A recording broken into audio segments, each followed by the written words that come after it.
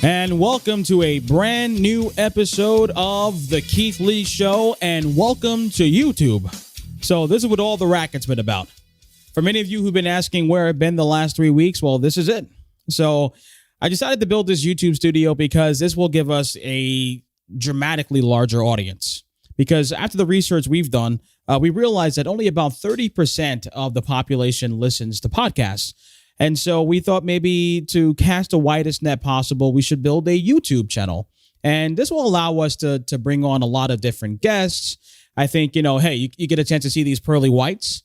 And I think generally speaking, the visual medium is a lot better to really get the message out there. And especially the fact is we are only 42 days away from the election. And so it's now all hands on deck. So anybody who wants to put out a podcast, anybody who wants to put out a video, now is your time. Because this is not the moment to be the silent majority anymore. Okay, this is we have a real battle here. Some would say we're fighting a political civil war, and I don't think that's an exaggeration. If you look at the vision the left has for this country, it is something that is completely insane. It is something that is completely alien from what we believe, and it's completely different and completely alien from the true principles and values of the American way, that life, liberty, and the pursuit of happiness. The left is completely against that. The left is trying to drive a wedge between everybody, between man and woman, gay, straight, black versus white. I mean, this is what we're seeing right now. And the left is willing to do that because, like the old adage goes, divide and conquer. That's exactly what they're trying today. Okay. And now, oh my God, Ruth Bader Ginsburg, the lion of the Supreme Court, the feminist icon. Oh, yada, yada, yada, yada, yada, yada. Who cares? Honestly, who cares? And quite frankly, when I heard that this lady died, I said on Twitter, the president should have named her replacement that night. Okay, all this hemming and hawing going on. We're going to get into that. But all this hemming and hawing going on today, and all the Republicans need to look into their souls. Oh, this is going to create the new nuclear option. And the Democrats want to do everything they can to stop the president from being able to use his constitutional rights to pick a replacement for RBG. But folks, why is it? What's happening, folks? Why do we see this sort of desperation? Why do we see this weeping and gnashing of teeth? Why do we see this all-out war, this all-out battle that's happening in America today? Because the Democrats are desperate. The Democrats know good and well that after everything they've tried to not only tear down the president, but to tear you down, after everything they've tried, the polls are tightening. Okay? You might have the outlier poll here and there that'll say, well, Joe Biden is up by 9 and 10 points. Hogwash. When you start looking at the average of all polls, we see Biden is only up by maybe 6 points. And if you were to factor in, margin of error. And if you were to also factor in the fact that, when you look at the internals of these polls, all of these media companies, they consistently oversample Democrats and they consistently oversample independents. Why? Because if you actually looked at the likely electorate, you would see that the president is right there neck and neck with Joe Biden. And another thing that scares the daylights out of them, poll numbers only talk about the likely popular vote. We don't win elections with the popular vote. So the president is only down by maybe 2 or 3 points. If you get rid of all the bias the media cooks in, the president's going to win. I'm very confident that the president's going to win. I'm very confident that the American people know good and well what's happening with the Democrat Party. They see right through all the lies, all the BS that they're pulling. The craziness that's happening in our streets. The craziness that's happening that the president gets a chance to use, again, a constitutional right. It is his constitutional right to pick her replacement. I have a clip for you. And this clip is representative of the modern left. We saw clips like this when the president was first elected. Get that random he, she, whatever the hell it was, ranting and raving and screaming at the top of her lungs or its lungs because the president won. We have yet another example of that right now. There's a woman out there who was driving in her car who clearly has some emotional issues, completely unstable, which is pretty much what all the left is today. Completely unstable, drug-addled, nonsensical. Listen to her reaction when she found out that Ruth Bader Ginsburg kick the can. Holy fucking shit, you guys! I'm driving in a car, but I just got a notification that Ruth Bader Ginsburg died! Fuck! Could this year get any fucking worse? Jesus. Ruth, you just had to make it to 2021!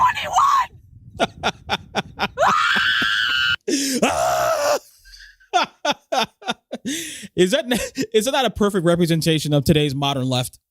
That's who these people are. These people are freaking insane. You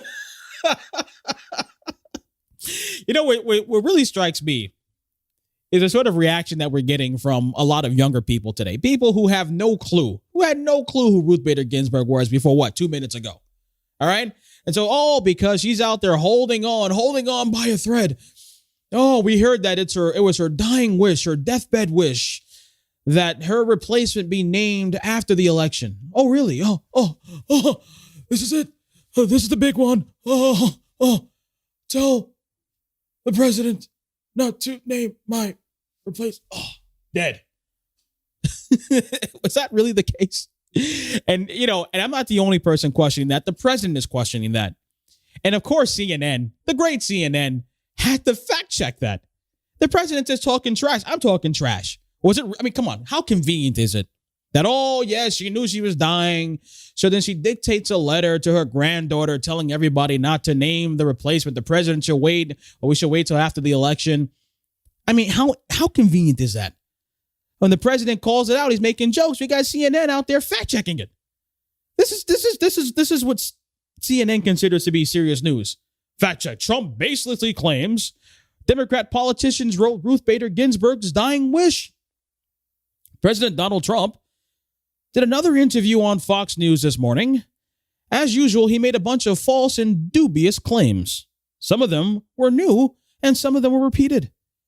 NPR legal affairs correspondent Tina Totenberg, a longtime friend of late Supreme Court Justice Ruth Bader Ginsburg, reported that the justice had dictated the following statement to granddaughter Clara Spera, a lawyer, days before she died on Friday. She said, "My most fervent wish is that I will not be replaced until a new president is installed." Interesting. Trump suggested on Monday that Democratic politicians are the ones who really wrote Ginsburg's statement. The president says, "I don't know that she said that or that it was written out by Adam Schiff or Schumer or Pelosi. I would be more inclined to the second, okay?" So then the CNN writes, "Facts first. This is a baseless conspiracy theory. There is no evidence at all for Trump's claim that the Democrat politicians wrote this statement." It was a freaking joke. It was a joke, and they have a whole page on this nonsense.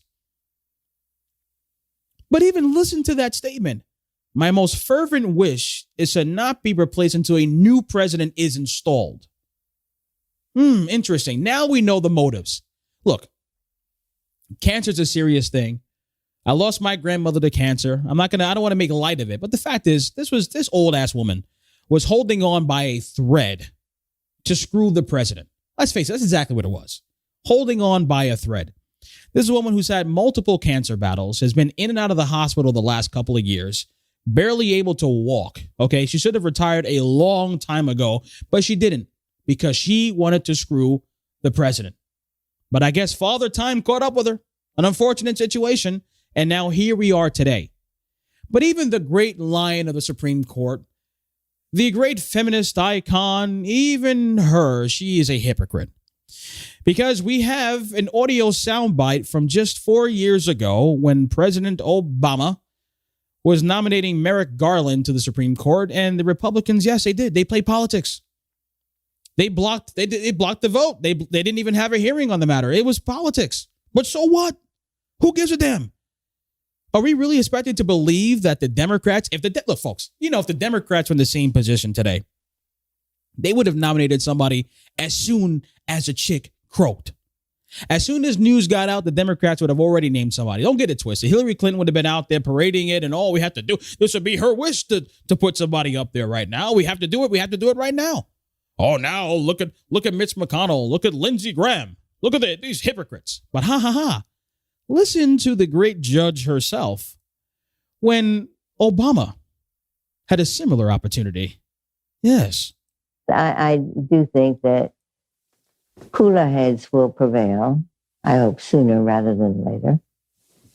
The president is elected for 4 years, not 3 years. So the power that he has in year 3 continues into year 4, and maybe some members of the Senate will wake up and appreciate that that's how it should be. Yes. You see, listen to the great judge. The president is elected for 4 years and not 3. And it's the Senate's job to do what? To hold the vote. So it was okay for Obama to get his pick in an election year, but it's not okay for the president to get his pick. The great justice herself said it herself. The president is elected for 4 years. Folks, we are living in some trying times. Okay, this is going to be a very close election, and we need to have a full Supreme Court. That is what it is. Having it 4-4 is not going to cut it. Look what happened back in 2000 with Florida. It went all the way up to the Supreme Court. So if it's 4-4, what's going to happen? The president not only has a right, but he has an obligation to name her replacement. But we all know why the left is really pissed off about this. The left can't deal with this because the left has been trying to use the courts to push through what they can't pass legislatively. They can't get the votes for all their radical nonsense. So they try to create legal precedents that didn't exist before, and they try to use liberal judges to make those things happen because they know you're not going to vote for them. You're not going to vote for their whack job policies. This is what the liberals have been able to do very successfully for many decades now. The court has trended very liberal for a very long time, and not just the Supreme Court, but you also have the underlying courts for a very long time. And this is a president who has one of the things that's not talked about enough. Forget about the nominations of Gorsuch and Kavanaugh. That's been fantastic.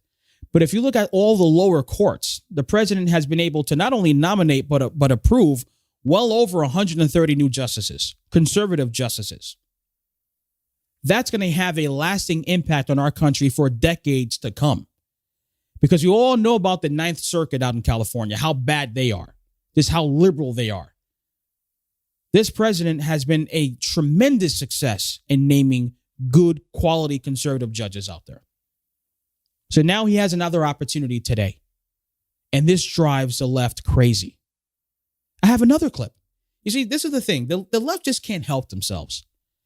I have a really interesting clip from Live with Regis. Well, not Regis. It used to be Regis, but now it's Kelly and Ryan. I don't even really watch it that much, but he had Allie Wentworth. Now, Allie Wentworth is the wife of George Stephanopoulos. Allie Wentworth, who is a woman who likes to watch porn with her teenage daughters, by the way. Oh, yes, I have to watch porn with them because it'll teach my daughters about what not to do when having sex. Now, did you watch porn with your kids? Did your parents watch porn with you? Now, that's kind of whack jobbish, but does this surprise anybody coming from the left? No. But this is Allie Wentworth. And this is what she said when she found out, or when George Stephanopoulos found out, that RBG croaked. George runs out, by the way, with the wallet, and me and our two girls, Elliot and Harper, just sitting at this restaurant for 45 minutes, enraged that he's just left us. So then I go outside, I see George pacing on the street, and I'm like, George! And he's going like this to me, which that means like, I'm talking Serious. to a lawyer. No, yeah. Right. And I come back in, we're getting upset. We keep going out, Daddy, Daddy, bugging him. He's live on ABC talking about Ruth Bader Ginsburg. Doing a phone-in. Yes. Right. And you didn't know. And I didn't know. Okay. And I'm with the girls going, well, I hope she's worth it. I hope, whatever, I hope that whatever woman he's seeing, I hope this is. We finally get in the car. Me and the girls get in the car. We're waiting. He finally comes in. He bursts into tears. Ruth Bader Ginsburg has died. My two daughters, we sat there in the parking lot crying for 45 minutes. I'm going to start crying again. I really am. Mariska Hargitay gave my 18-year-old daughter, Elliot, this doll, her emotional support doll. And Elliot gave it to me over the weekend. Here you go, sister. Thank you very much. As they both break out into tears. So... that actually brings up another question. why do so many Republicans go on an interview with George Stephanopoulos? Why do they sit down with that hack? This George Stephanopoulos was a part of the Clinton administration. Okay. He was a big part of it. It wasn't just a little bit player. He was a big part of it. And now all of a sudden, now he's a journalist and now we sit down and have serious interviews with the guy, or we allow him to moderate debates. That's the idiotic crap. But look at that. They're bursting out into tears for 45 minutes. Her teenage daughters are bursting out into tears. Oh my God. Oh no. RPG, why did you have to die? Oh no. And it's not just that, by the way. You have the left all over Twitter bitching and moaning and bitching and moaning because she didn't survive. Because she couldn't hold out until 2020, until after November. Come on. This is crazy. This is crazy. And now I was walking around Brooklyn. It's now the chick's not even in the ground yet. Her freaking body's still warm. And you got these murals all over Brooklyn. Oh my God, lionizing this woman. I mean, the left is crazy. Now, look, folks, what makes them nuts, what's completely driving them over the edge, is that they can't do anything about this.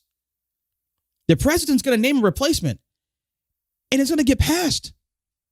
We even had Mitt Romney. Now, look, I despise Mitt Romney, okay? They can say he's a good man. Oh, he's such a nice guy. He's a great guy. Well, wonderful, wonderful. It doesn't have anything bad to say about the left, but he has everything to say about the president. Here was a guy who was the nicest individual you can find. Good Mormon guy, family man and all that. Oh, but then now, he runs against the fallen Messiah, Barack Obama. And typically he's a racist, he's a sexist, he's a bigoted, he wants to kill grandma, he wants to kill old people. Terrible, terrible, terrible. Mitt Romney has screwed the president over every chance he got. But then today, Mitt Romney says that he will vote.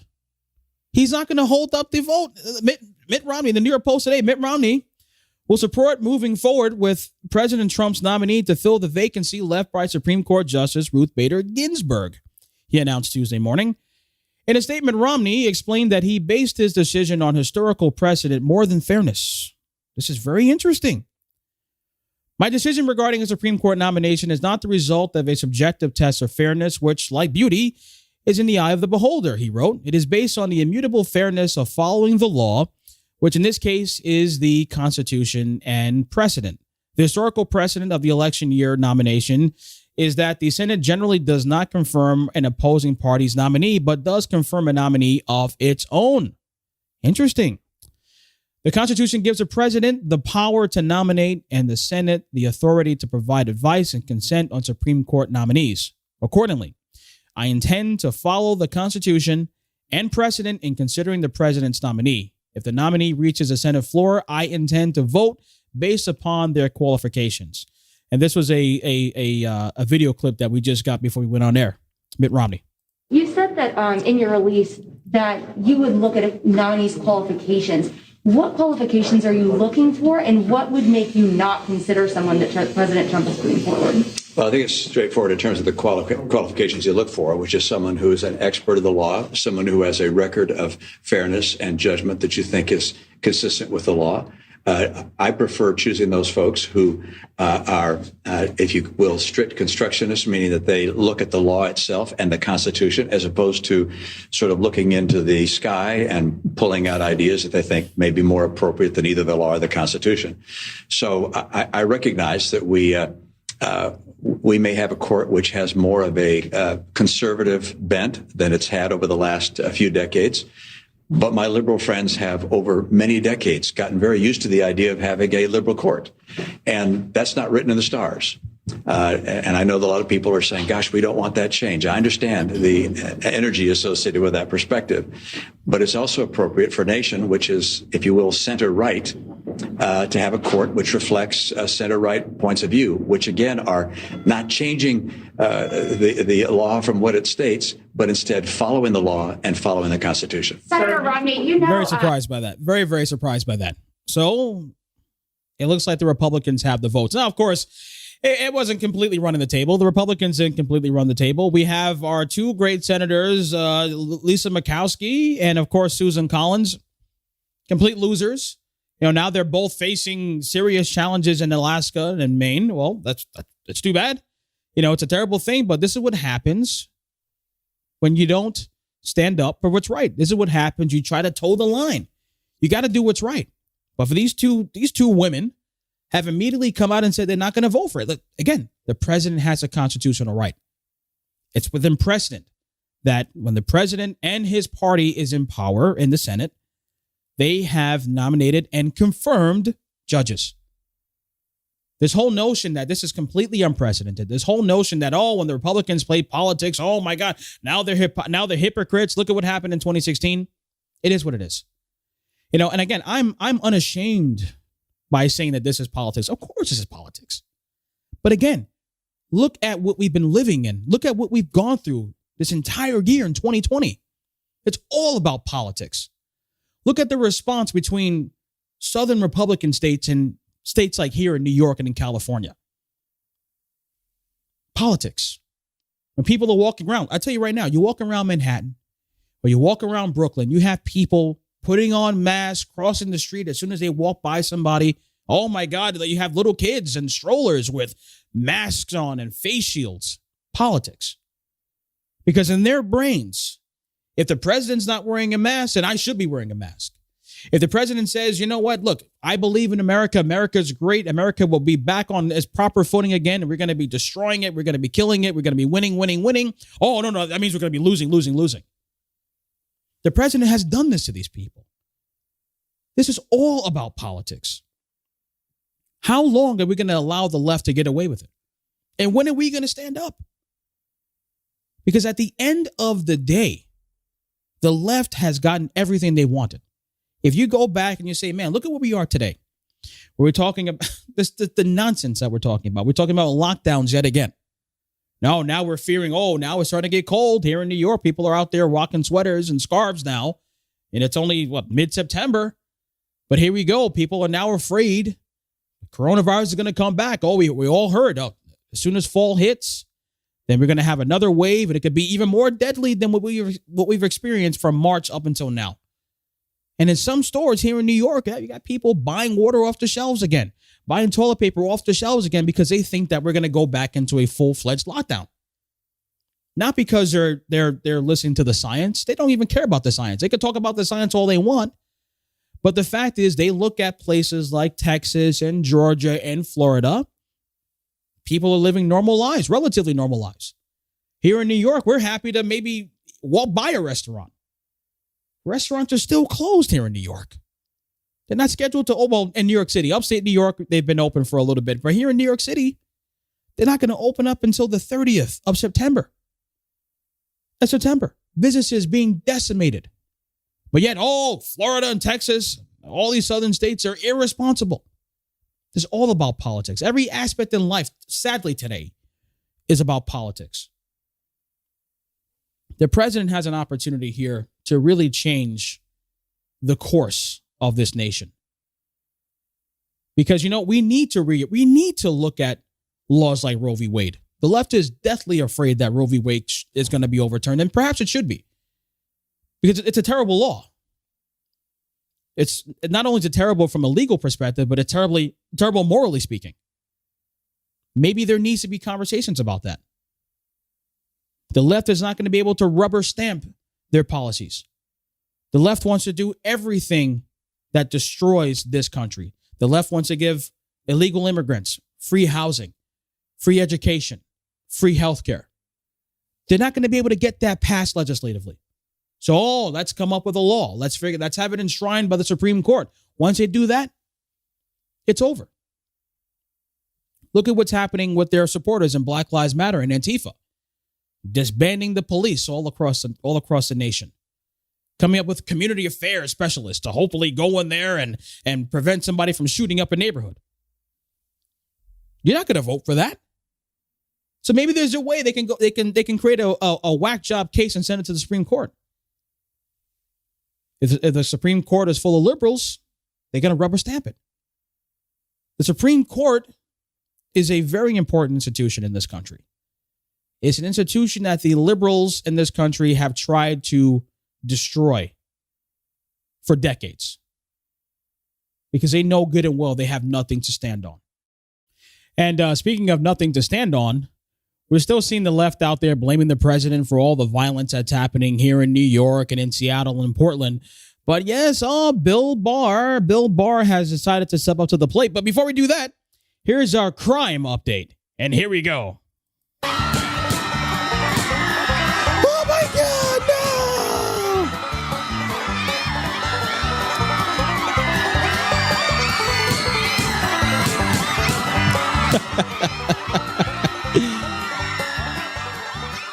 God, I love that. Well, you know, I hate to make fun of people's misfortunes, but the fact is, folks, I mean, if you're living in Chicago, if you're living in New York like I do, although I'm getting out of here, by the way, you know, then it's all on us, you know, because if this is what happens when you vote for bad politicians, this is what happens when you vote for soft on crime politicians, liberal politicians that will never look at the actual problems that exist. This past weekend alone, yet again in Chicago, what do we got here? Oh, yeah. 40 people were shot and 10 people were killed. But in Chicago, at least that's a little bit of an improvement compared to the average of like 60 and 70 every weekend for the last couple of months. And even CNN will do whatever it takes to sweep it under the rug. Even they had to report on the increase in shootings and gang violence here in New York. New York City had nearly double the amount of shooting incidents this year compared to last year. Shooting fatalities to date are also nearly double what they were last year, according to the NYPD. This is it.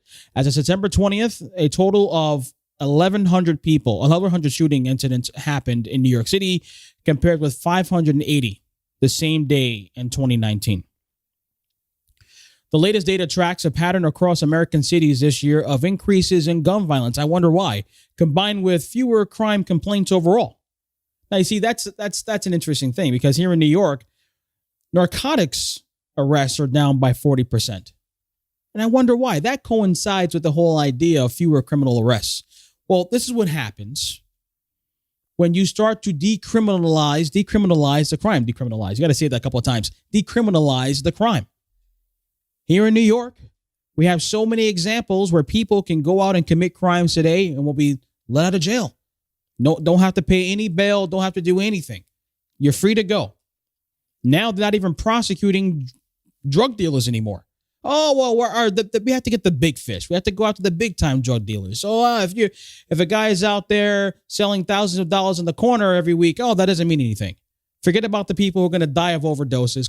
Forget about the violence that happens in order for people to take over corners. The left doesn't care about any of those things. All they can do is say, look at our jails. We have the least amount of people in our jails in decades. Look at how arrests are down. Arrests are down. Less people in jail, although shootings have skyrocketed. And so instead of talking about the fact that, listen, this is what you get when you're soft on crime. No, it's the president's fault.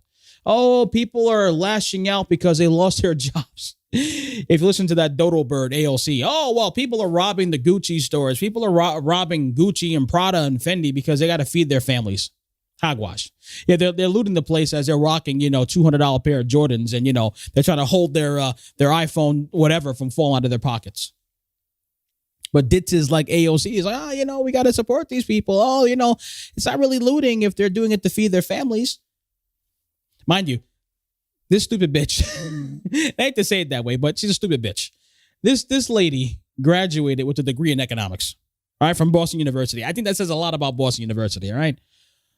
But folks, the Democrats know good and well that you don't want that in your town. You don't want to bring that to your community. They know good and well that when people look at the poll numbers, the soccer moms, right? Democrats tried going after the soccer moms during the convention. But the soccer moms are paying attention. They're seeing what happens when weak leadership runs cities all across the United States. And they don't want that death and destruction in their homes and in their neighborhoods. So the left is fighting tooth and nail on all fronts, because they have nothing to stand on. And now we're only a few days away, I think, of a week or so away from the first debate. If there's going to be a debate, what's Joe Biden going to say? Is Joe Biden going to be able to keep a coherent sentence together without the teleprompter? Without sitting around and waiting for the softball questions to come? This guy, even when he gets softball questions, he botches it. What do you think's going to happen when he's sitting next to that pit bull of a president? Who listen, the president's going to freaking run this guy through it. Put this guy through a ringer. It's embarrassing what's happening here. But that should give us all hope. Because in 42 days, the country will know, the left will know that the silent majority will be the silent majority no longer. No longer. And the president, and I got to give him all the credit in the world for appointing Bill Barr as Attorney General. This is a guy now, I know many of us have been completely dissatisfied. We haven't seen more indictments from the fake Russian investigation, the fake Russian dossier. But the fact is, we're starting to see that incremental change. We're starting to see more investigations opening. And we now have a situation here where the Justice Department has declared New York, Seattle, and Portland as anarchy zones. Oh, and the left hates this because now federal funds are not going to go seeping their way into those cities. This is from the Washington Post. They hate this. The Justice Department on Monday labeled cities of Portland, Oregon, New York, and Seattle as jurisdictions that have permitted violence and destruction of property, targeting them for possible cuts in federal funding. Following a memorandum President Donald Trump issued this month, the Justice Department published a list of cities where the White House wants to get more aggressive on civil unrest in the wake of police shootings and killings. Sure. We cannot allow federal tax dollars to be wasted, Attorney General William Barr said in a statement. It is my hope that these cities identified by the Department of Justice today will reverse course and become serious about performing the basic function of government and start protecting its own citizens. Absolutely. Absolutely.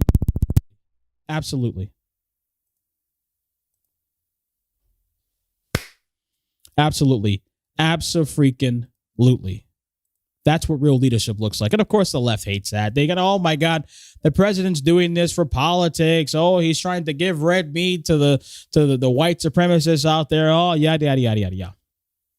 The Trump administration was unsuccessful in a similar funding cut move against New York and other cities over their immigration policies. A federal appeals court ruled that the move violated the separation of powers spelled out in the Constitution.